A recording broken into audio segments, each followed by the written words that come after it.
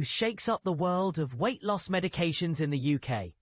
Just when it seemed Mounjaro users were about to bear a steep increase in costs, a last-minute agreement may soften the blow.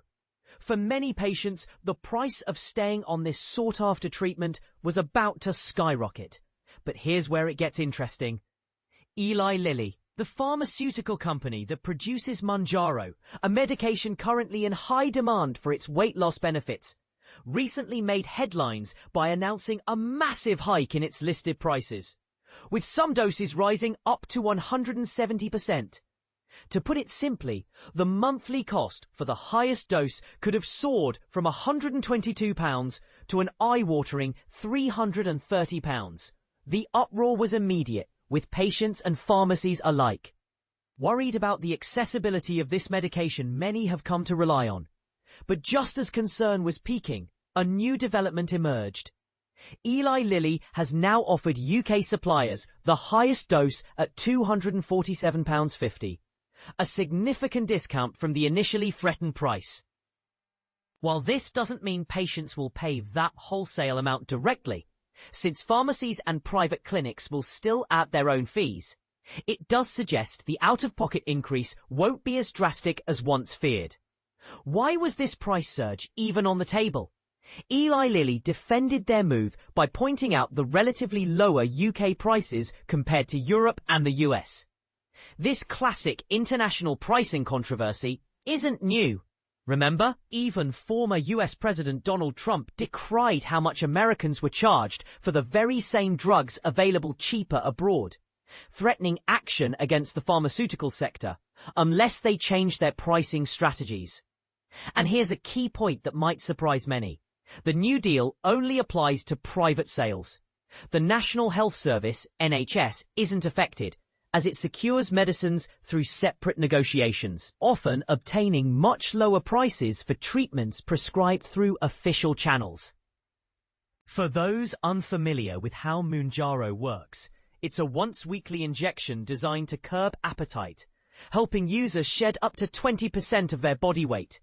The UK weight loss drug market is booming, with around 1.5 million people reportedly on such treatments. And get this, over half rely specifically on Mounjaro.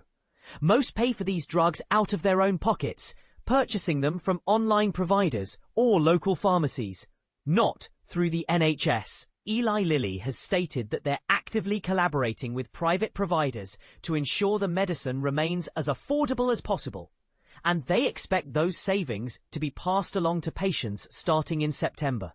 But here comes the debate, with each supplier determining its own price, and some offering robust diet and wellness support packages, while others adopt a more bare-bones approach. What will patients actually pay?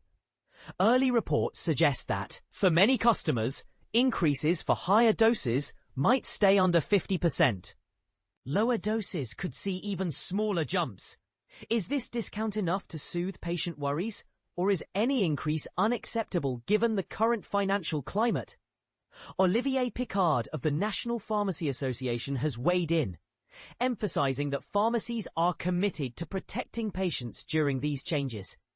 He cautions, though, that while the new deal will cushion some of the impact, users should still brace for higher costs from the 1st of September onward.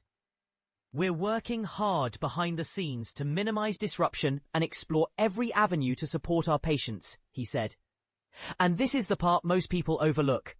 Even with discounts, any rise in price could push life-changing medication out of reach for those struggling the most financially. Is it fair for private patients to bear the brunt of international price adjustments while the NHS is largely insulated? Or is this simply the reality of a global drug marketplace? Where do you stand on this? Should pharmaceutical companies be allowed to align prices across countries, even when it means hardship for some? Are pharmacies doing enough to shield consumers from the fallout, or could there be a better way? We'd love to hear your thoughts. Do you agree with the discount as a fair compromise, or are you still frustrated by any increase? Let's get the debate started in the comments below.